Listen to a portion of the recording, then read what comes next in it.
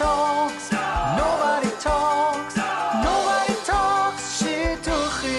This is the Nobody Talks Shidduchim podcast.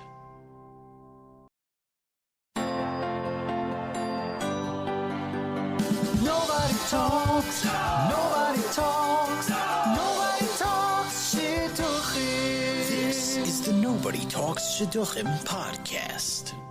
What's up, everybody? This is the Nobody Talks Shidduchim podcast. I am your host, IJ, and I'm here with my compadre, Avery. Avery, what's going on tonight? Not depressed. This is a positive. Okay, wow, that just that says a lot. Very cryptic of you there. Very cryptic. So this is the episode, What Happened to All the Good Guys, episode 48. We have some guests on. This is a two-part episode. And we are going to get to this question that the entire Klal Yisrael has been focused on. Where are the good guys? What happened to them? We have some really awesome guests joining us, and we will introduce them.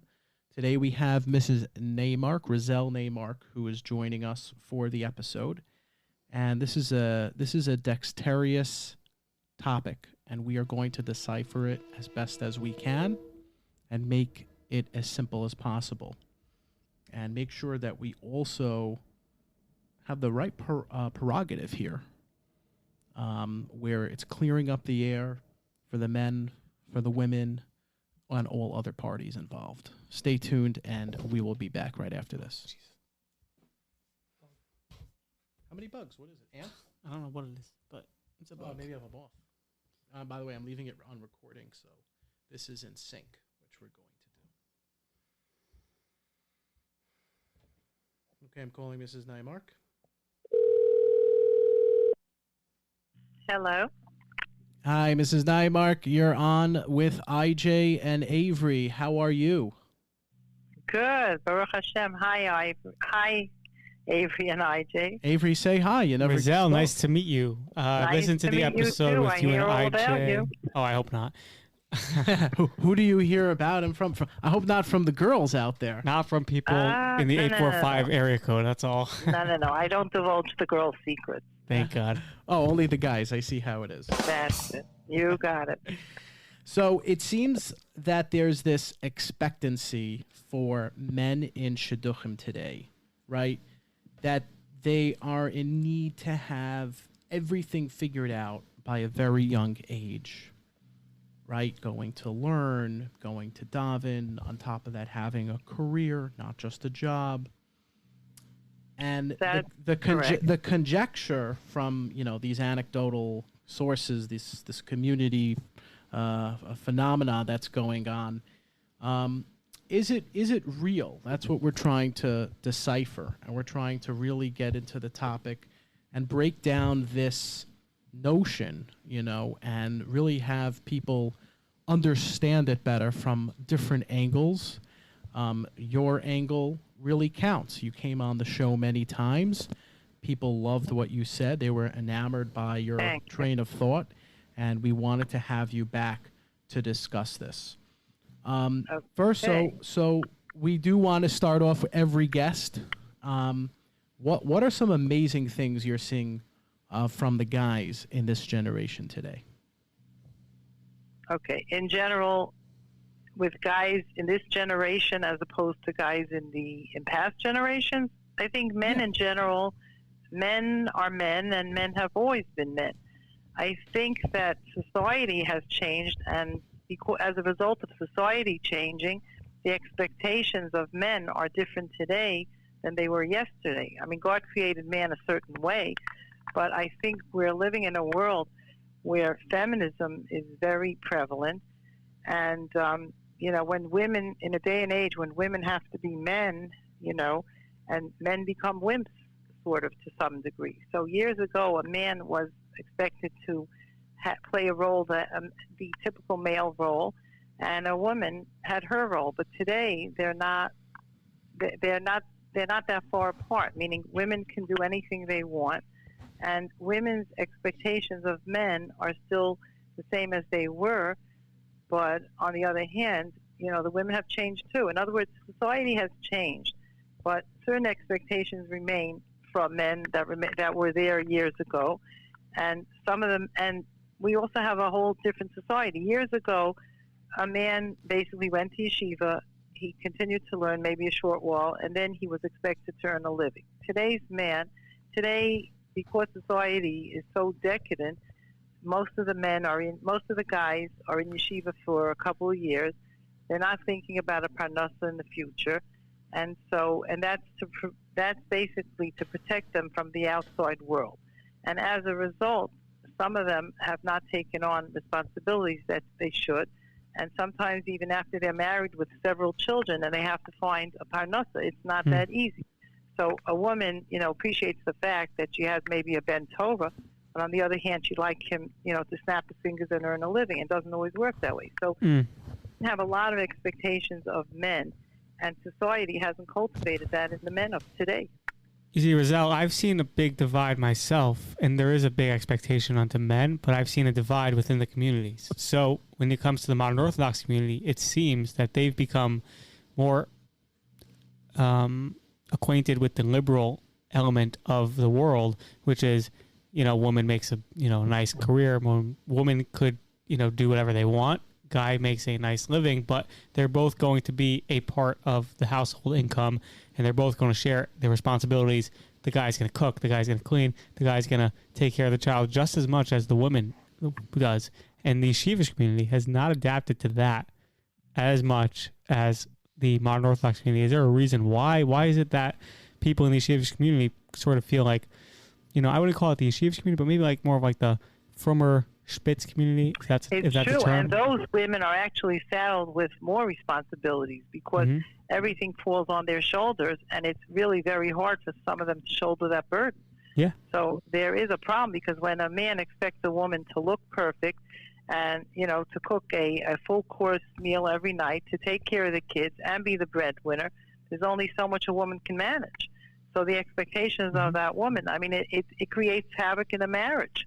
When a woman is stressed out and she's tired all the time, those expectations of a woman are not necessarily realistic. And many girls are looking for that type of husband before they get married, not for a second realizing what they're getting themselves into. So girls, I think, need to be honest with themselves and figure out what lifestyle they can handle.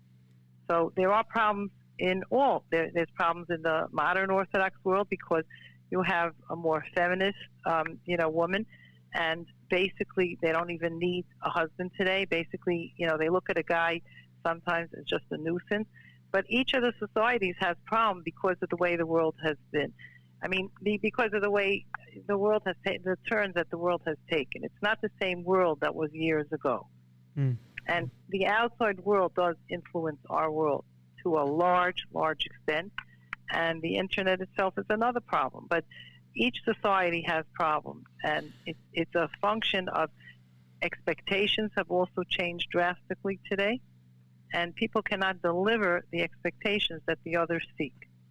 In other words, men cannot deliver the expectations the women seek, and the expectations of women are not realistic either. Like I said, if a woman is basically a breadwinner because her husband is sitting and learning, and she has to look great, and she has to cook and take care of the kids, it's only so many hours in her day. Sounds like the ideal wife for Avery over here. Well, Mrs. what else Naimark, do you expect? Should be a shmata by the end of the day.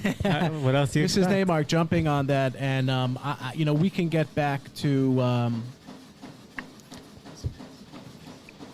Okay, 1 second. Avery's going to ask you a question here. Yeah, shut it off.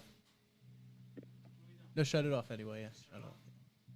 Sorry, we have some technical difficulties here. Don't worry, it will be taken off. Yeah, good. Okay.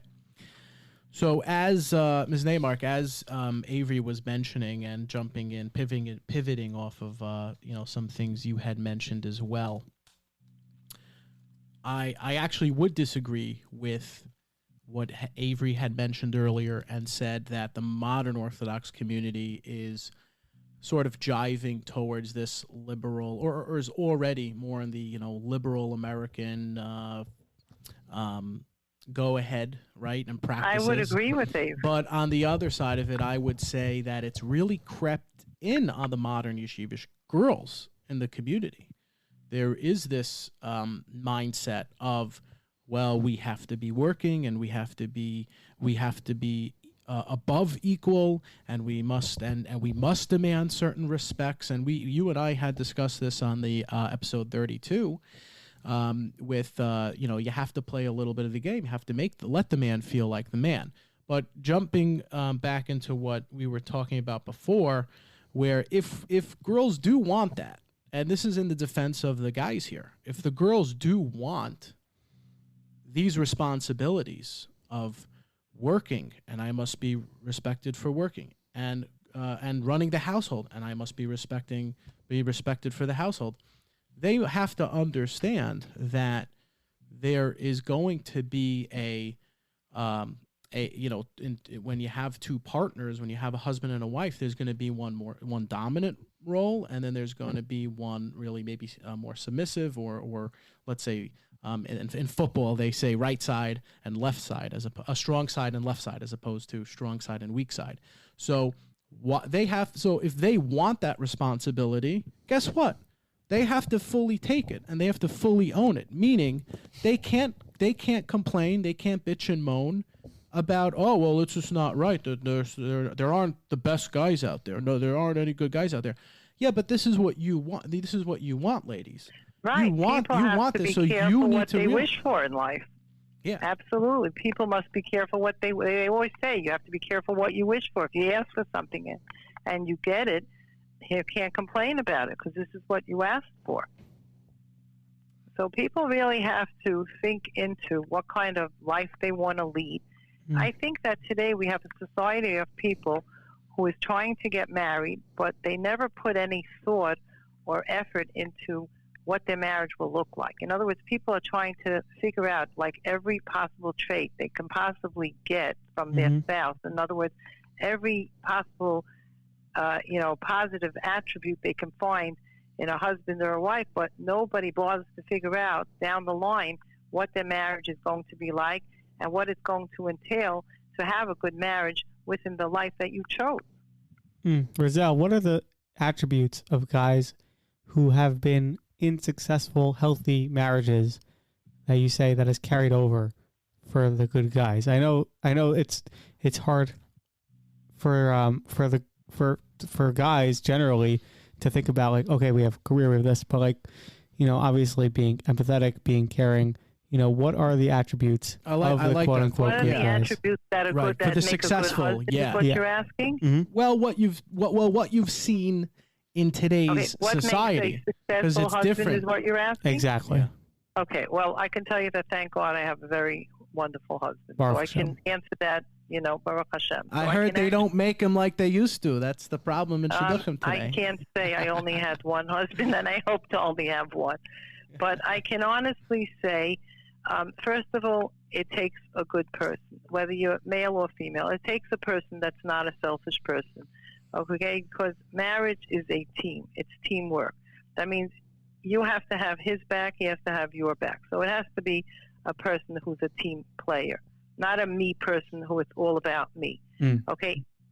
Second thing I think that women really need and that makes a good husband is somebody who takes responsibility, a responsible being, somebody who knows what their task in life is and does it. Meaning, my husband is a man that did earn a living, or and most of the men in my generation did do that. Even if they were in Klei Kodesh, they basically were a mechanech or a principal, but people, for the most part, earned a living. So a man has to be a responsible being, because at the end of the day, if he's not a responsible being, now if a woman wants to marry a kolel husband and she's okay with that, and she knows what she's in for, and she's willing to make those sacrifices, then they can have a wonderful marriage. But I'm finding that in this day and age, a lot of girls say they can handle that, and when push comes to shove, they really can't, because they're saddled with too many responsibilities, and now they want the man to be responsible, but he wasn't trained to do anything. So it's a long haul, because even if he goes to school or learns a trade at this point, I think even the Torah says that, parents should teach a child a trade. That is one of the responsibilities of parents. And That's So true. itself is a big part of the gullus that we're in, but more podcast friendly terms we'll use.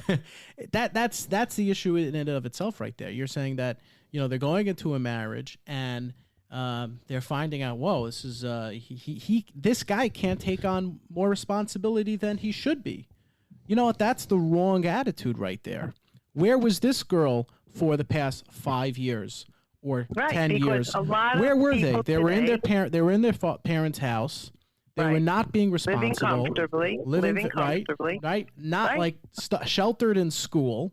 Also on top of that, now they're they're being taken care of at work as well, right? They're being around prestigious C-level, meaning more executive supervisor roles, and they're like, oh, hey, that's a guy who seems competent, and that's it. And before you know it, they don't have any responsibility themselves. And furthermore, obviously, on that point, that the fact is that the Shadchanim themselves take out the responsibility here also.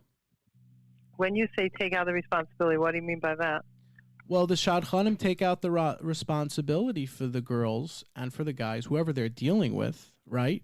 Because you need to own up to decisions that you're making, choices that you're making. Yes, absolutely. What happens today, though, is that people don't own up to decisions, meaning people go into a marriage almost like throwing out a paper plate, like it's disposable. If you go into marriage, you don't like what you see. Yep. So you call it quits, you get divorced, but what people don't realize that when people get divorced, unless it's an abusive situation or the divorce is a must, all you're doing is trading in 10 faults that your present husband has for another 10 faults that your new husband has. Exactly, 100% Sometimes divorce agree. is actually the only option, but it's not always the case. I'm seeing many divorces today that really a function of people not wanting to work things out.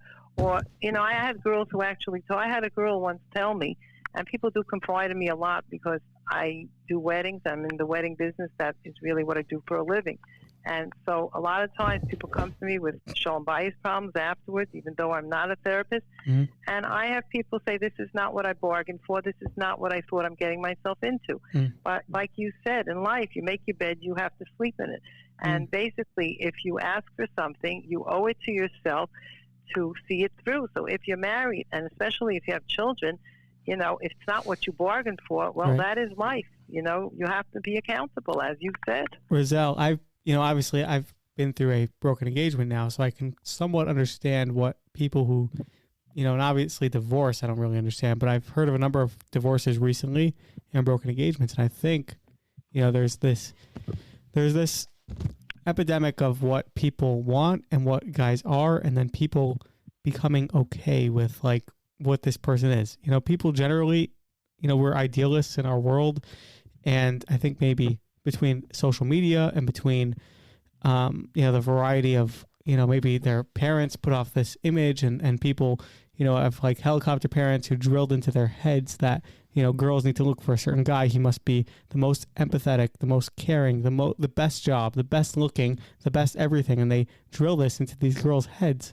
Or the other vice versa, that the girl thinks that they're just so great that everybody else pales into comparison, which just, throws the guys off of a cliff. Like, how can we match up to this incredible girl who thinks she's so great, who thinks she's their brother, she's the best looking, she's the hardest worker. How does that work? I call it an inflated sense of self, and some of it is perpetuated by parents, because every parent wants the best for their child, and I find there are parents who are really covering up for their kids. Like, Not my parents. There are parents who have a lot of spoiled girls, and they cover up for them. In other words, they have a sense of entitlement, and their princess deserves this, that, the other. But at the end of the day, you can only marry from the available pool, which means even if your princess deserves X, Y, and Z, if they're not making men with the traits of X, Y, and Z, you can't marry that person. So you have a choice. You can stay single or take somebody imperfect. I remember I have a 13-year-old grandson who when he came back from the Siyum HaShas, he was very intrigued by what Rabbi Fran said. And he was talking about perfection. And he said that perfection is the enemy of great. In the quest of perfection, you don't become great, because if you only seek perfection, there is no perfection. And it's the same thing. He was talking in reference to like even learning. You know, you don't have to get everything done. Start with a little bit.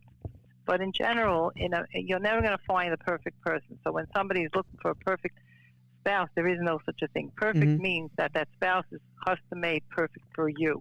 Yeah. But doesn't mean they have to have. But empathy is an important trait that women look for. But again, there are a lot of traits. You can't, when you're looking for a spouse, whether you're male or whether you're female or you're male, you have to evaluate the sum total of all the parts, meaning, you know, you need a lot of things in a marriage. You need a lot of attributes, and you need a little of this, a little of that. You need a sprinkling of various, you know, positive traits.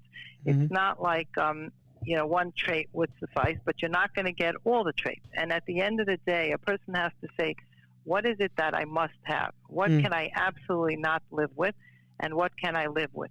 And even if a person has chesronos, you can still marry a wonderful spouse with chesronos that you can live with. And as I said last time, I call them livable chesronos, because we all have them. We have them, our spouses have them, but it's called tolerance. You have to be able to tolerate it. And when people want everything perfection and they're not willing to tolerate any inadequacies, that's a problem, because they're dishing it out too.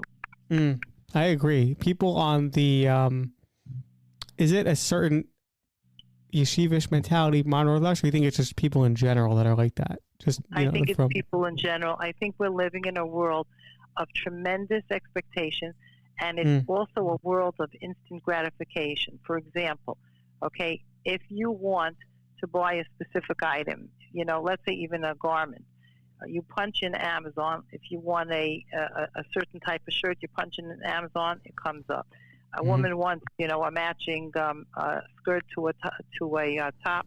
You punch in Amazon, you get exactly. Do not punch in Amazon and get the perfect spouse. Jeff Bezos, who's the founder of Amazon, doesn't have a spousal division, and even if he did, he himself couldn't stay married.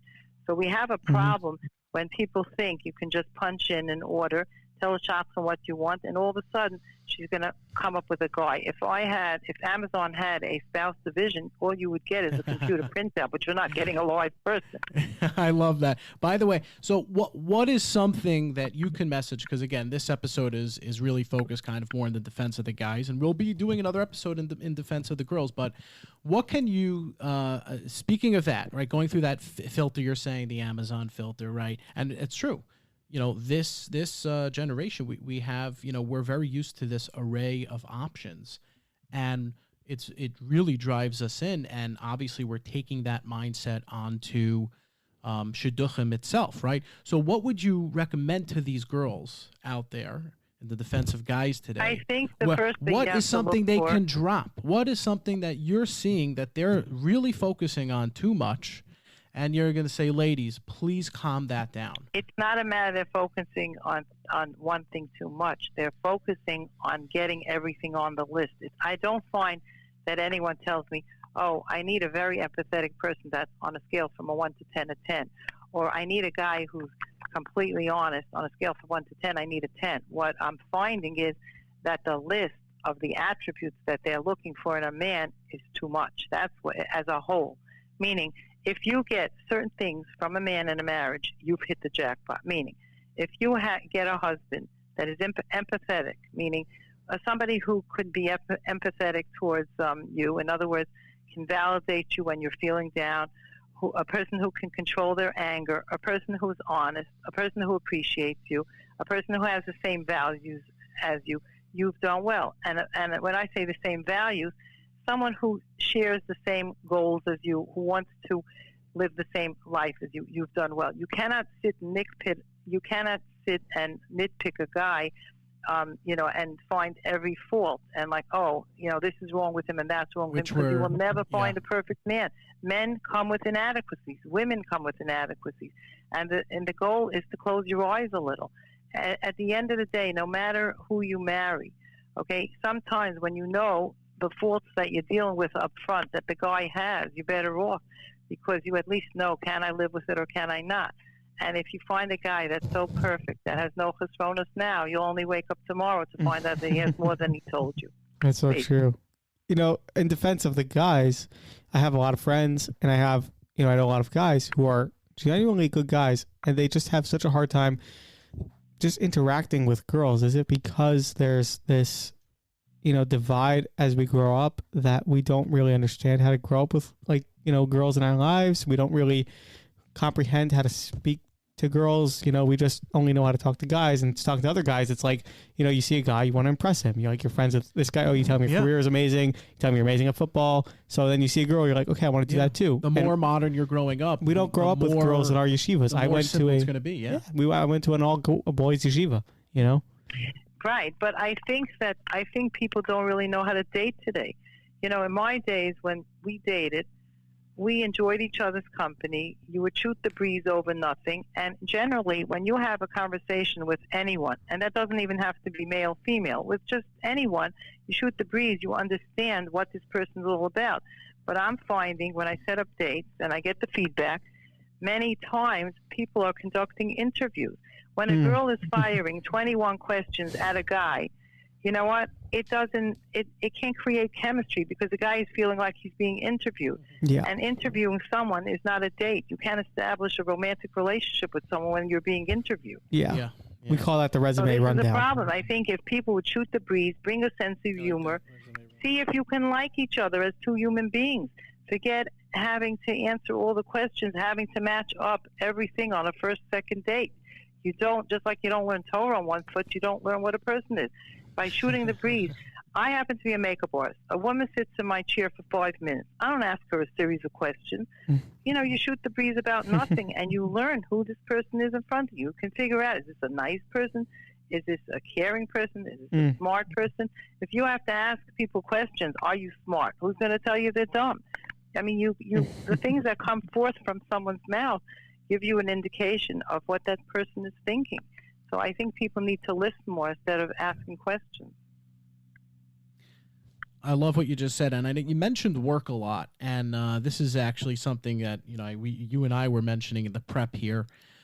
Tell me, is it because there is such a lack of respect for the employee today, for the worker, that puts guys and girls in a worse mood, trying to connect What after do you mean by a that? date? There's a disrespect for people who are working? Yeah, meaning this is obviously a bit more of a parenthetical topic, but just but really what do you just mean, for a guy that works or for people working for the both, four-letter word both today in general? Yeah, so basically for both, meaning they're when I'm dating, I'm getting to see people and what they're doing, how they're doing, and for myself also, right?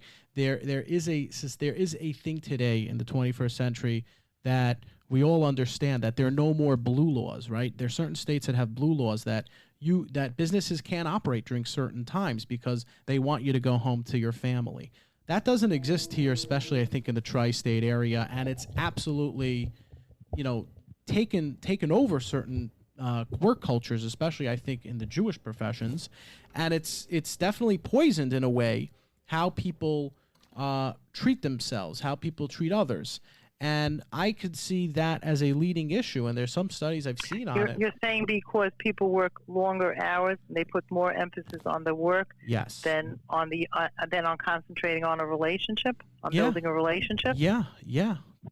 And you find that the women do that more, or you find that the men do that more? Well, I will say that it's pretty even, but the thing I is think the men do it more. The men do more, but men are usually able to, they have vices, right? They'll chill. And you're finding that the relax. women are complaining that you put too many hours at work when you're dating them? No, sometimes, yeah. Well, yes, that could be true, but more importantly, is it staining the girls for, going out after work for a good date?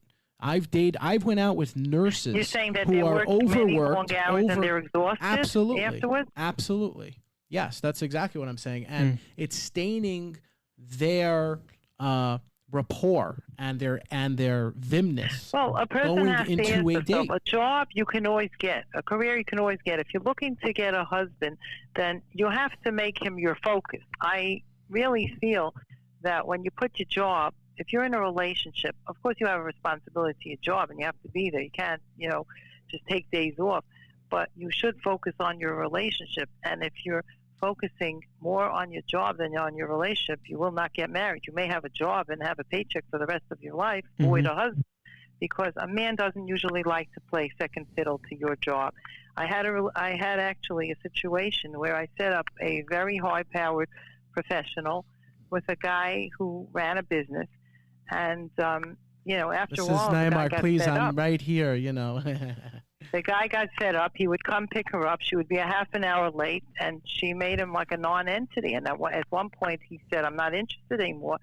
And she said, "Why not?" And I told her, because her work came way before him. He was always an afterthought, and guys don't really like being afterthought. Yeah, I love that. So she told me the last guy chased after her, even though he was an afterthought. I said, "Well, I'm sorry. This one didn't think it was worth What a chasing, shame. because you can't do that to a guy."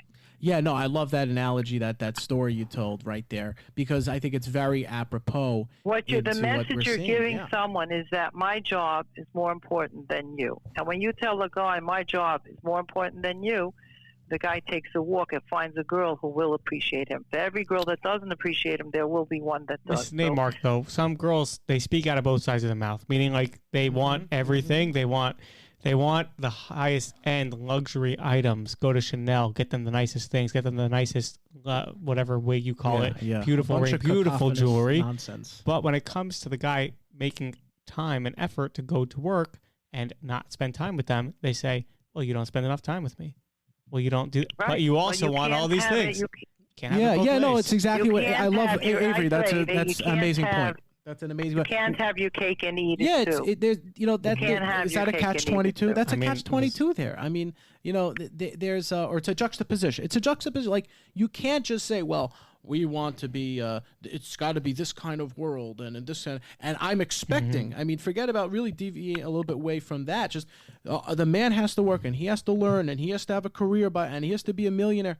Well, what about you? But you Take see, some generally responsibility here speaking- and show on. I think what Avery just really No, I was hear him. pointing out, and Mrs. Naimark, what you had said was there's just no more empathy today.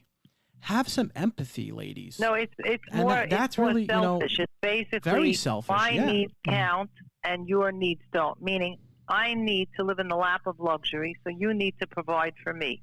But all of a sudden, when I need you home to take care of the kids, you must be here. So you need to make $1 million to support my lifestyle. Right. But hey, during these and these hours, you have to be around because I need you, and I don't really care if your boss wants you. The same thing Yeah. after you're married. Well, they have Really therapists for that. You really can pay pensive them. thought. Pay the Really pensive therapist thought. I love that. $1.50 an hour, and they'll take care we of have that need. Holy Shit you could pay. We have Coach Hannah. If anyone wants to call Mrs. Naimark, give her a call. Exactly. Plenty of people you can go to for Generally these speaking, things. my best advice is a person has to be honest with themselves and say, what do I need in my life from a husband, or what do I need in my life from a wife, and be honest. And the things that you ask for, respect the other person for them.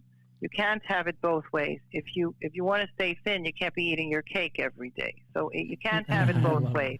Avery You have to basically- doesn't eat cake, so No. it And might people are be not his case. honest with themselves. This is what we have: a society of people who don't think things through. I also think we have a society that doesn't really think. I think they jump in the lake of everyone else. Yeah. People don't have independent minds anymore. This is another issue. What do you mean they don't think? I'm sorry? What do you mean by they don't think? They just People, in other words, if everyone tells them they need this, they need that. In other words, I don't think people today, a lot of people don't think for themselves. They Right. think how they are programmed to think. externally, whatever they went through. Whatever they hear, if someone tells them this is important, then they absorb that. You tell them that's important, instead of thinking what works for me, because marriage is not a one-size-fits-all. Each husband works for that wife. Each wife works for that husband, and you can't go by other people. So you have to know what works for you, and you have to know what your needs are. And if you don't know who you are and you don't know what your needs are, how can you get married? I've definitely seen that. But people don't bother thinking like that. Someone told them, here's a list of things you need to look for. Well, maybe it's important to one person, but it may not be as important to another. There are certain things that are important to everyone, but not every attribute is necessary for everyone. People can live with different types of people, but a person must be honest with themselves. what they can deal with and what they can't. And I think we live in a world where people are not honest with themselves. Mm-hmm. They raise the bar very high for someone else, but not for themselves necessarily. They don't hold themselves accountable to the same standards that they put on to someone else. And Mrs. Naimark, and in closing, we have just a few more, one or two more questions or discussion rather for you. And I wanted to ask you just, we discussed, the girls and the guys, and just getting just specifically into the parents about this topic. We had a lot of people reach out and say, I feel like there's some issues with girls today because a lot of them did not grow up in a house that had two working parents, right? There wasn't that modern day time that they have to right now jump into the model, and there's no model for it, right? Do you think that has a lot, of reasoning? Is that a warranted statement to make? I think that in general, this generation is a weaker generation, meaning they're saddled, the girls for sure are saddled with a lot of responsibility, and they don't have the coping skills to deal with all of that. Mm-hmm. Right. Well, I would say weaker in that sense. Weaker in that sense, though. But I do this is something Avery and I have talked about, and our generation is a lot stronger on feelings. Obviously, it shouldn't be too much, right? Everything in one dose. But the fact that we can be more sensitive to other people is a real benefit. So I will wanted to jump in with that. The problem is that because feelings are more accounted for, there's no accounting that God created men and women different. And men and women think very, very differently, and the way they handle things is very, very different. So you can't expect, although maybe the expectations of men and women has changed, but the basic nature of men and women is how God created the world. And we have to take that into account. You can't turn men into women because they're not cut out to be women, no matter what you do. It is the way, and this is what people need to understand. That's what women need to understand. I understand they have more expectations of men about the feeling part. Yeah, a man can be empathetic, but women as a whole are probably more empathetic than men. And they are. Just men have a whole different way. Men are just bottom line people, and women look at things very, very differently. The way they deal with children, it's just the way it is. Well, so children, one at a time here. One at a time here. Avery, Avery just. I can't go. He's never even met a child. Honestly, I had a dream last night. I had a child, and then I woke up and I was saddled with debt. But no, I'm joking around. Thank you. We played the laughter in the back. There you go. No. Honestly, though, with the community expectations, as a close up to this, community expectations, fancy weddings, Instagram, look around. Alexis, for the guys, and the money we're on the keeping this up. We're keeping up this professional persona. Why do the girls think that they shouldn't look for someone just for their money? Meaning they see occupation, that's the first thing. Why? Yeah. What is it in them? I don't underestimate that. Why do the seminaries or people? That. Yeah. Why do they get occupation? That's all they think. People do that. Are there girls you're that saying do that they're vetting a guy because they don't like his occupation because it's not good enough? Basically, in many cases, and in many cases, it feels like to me. I think in almost all, in fact. In many cases, it feels like to me that is the number one. When they look at you, I feel like they're looking through me. I don't feel like they're looking through at me as a person. Yeah. They're looking through me. And that's fair, by the way. What Avery, is your potential? That is fair to do. I think.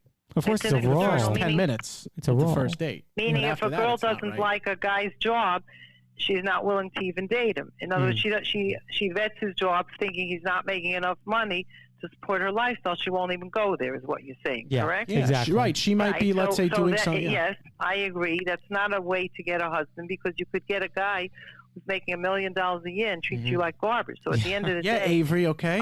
There is room for growth. If a guy has a family to support, he can move up. But if he's not a mensch, he's not going to become a mensch no matter how many millions he makes. But on the other hand, it goes both ways. It's the same as guys looking at a girl. If she's not a perfect beauty, they're not willing to date her either.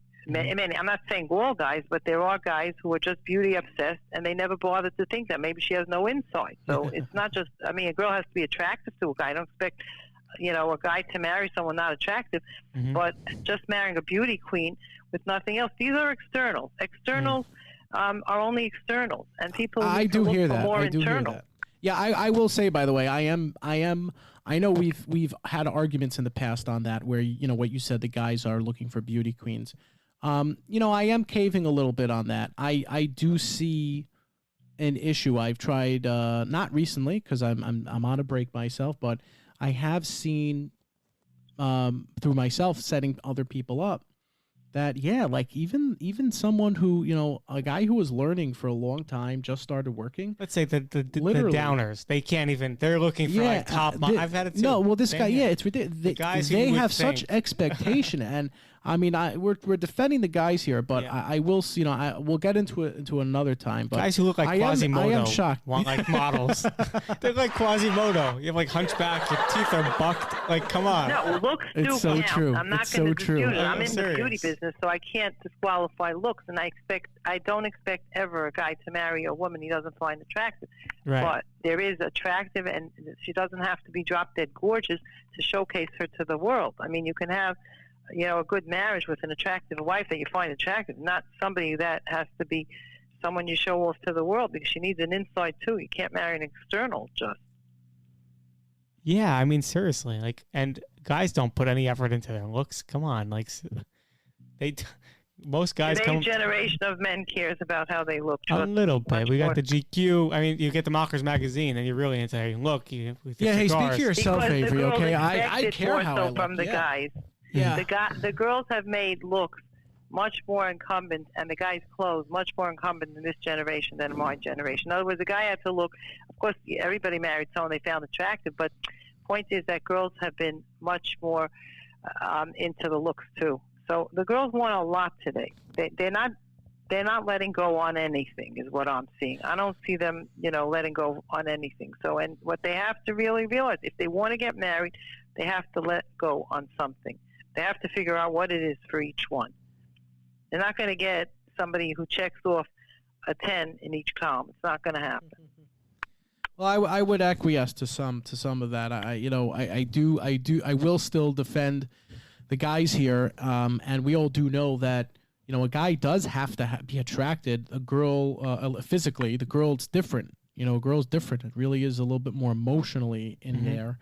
Right. But and I will defend that for the guys. The only thing is that in the society today, that these girls, looks do count. What do you mean? What do you mean? It has to be the best guy. He's got to look spitz. He's got to be on the cover of Mockers magazine. Correct. And then what? Most of those ladies end up with interesting looking guys. All I'll say. I'm not going to say anything more than that. I don't want to incite anything. I don't want to incite another riot over here. They look like Frankenstein. I'm going to say one last thing. Years ago, look, no one's marrying someone they don't find attractive, but I think looks has become much higher on the list for women today than it ever was, and what a guy wears. Even in the Torah, it talks about beauty was prized in women. It says about Sarah, she was Yafas Torah, but when it talked about looks in men, it was usually not in it was more in a derogatory manner when it talks about Yosef and the references. So really, I always, even someone who's I'm in the beauty business, but I always thought that beauty was more incumbent upon women. But in today's generation, I'm seeing that the women have made beauty incumbent upon the men too. So good-looking guys finish last, is what you're saying? I think that they're trying to, society where women are becoming men, and the women have expectations of men to be almost the same as a woman. They're not equal. God did not create them with the same way of thinking and the same way of doing things. And it is what it is, no matter how you look at it. Mrs. Naimark, thank you so much for being on. We absolutely had a good conversation and really, really got to some good things. Great to finally meet you. Yes. With pleasure. You should everybody should find what they're looking for. Amen. Amen. All right. Be well and take care. Be well. Thank you. Bye-bye. Thank you. Naimark, you still there? Man, she's fired. Yeah, right? She just goes. Okay, good. I'm happy we got to like some of those things. She's Oh, and it just died in the right time. Oh, wow. I'm gonna figure that out after. Hey guys, it's IJ from the Nobody Talks Shidduchim podcast. I want to take a moment to tell you about Kosher Response. It's helping families each and every day that are in dire need of our continued help and support. Whether it's Shabbos, Yom Tov, or even a weekday meal, we can't do it without you.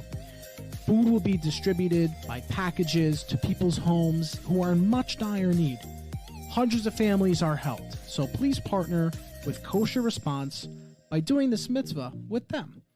This chesed, and for all information, you can go to their website, which is donorbox.org/kosher response, or you can go to kosherresponse.com.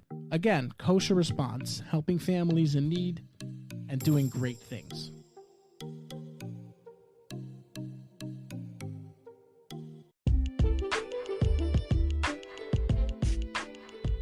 All right, another episode in the books, episode 48, What Happened to All the Good Guys, part 1, everyone. There's going to be a part 2. We're going to have other guests on. We're going to have Ahuva Shandelman, Holy Shid. We are going to have Rabbi Josh come back, a few more people to kind of get their perspective, and Avery and I will be summing up in probably part 2, maybe even a part 3.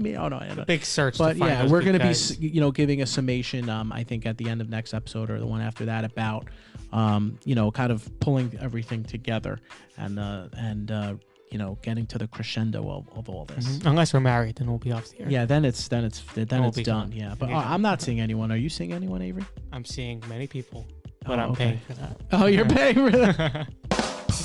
But anyway, we love all of you, and thank you so much for supporting. Hey, still check out our event. If you're interested in coming, go to our Instagram.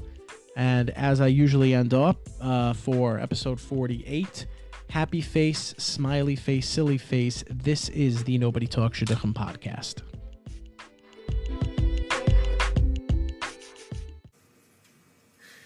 Tom? It's recording. Yeah. It's recording. Yeah, you're good. Okay. Okay. Excellent.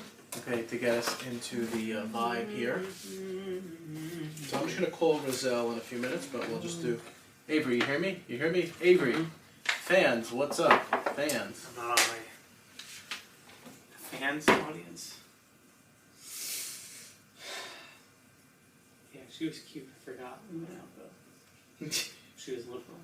Going to be. You're being recorded right now. This is, You know what happens? This is, remember when they... Jeff Bezos stuff. That's Access to Hollywood. Say hi.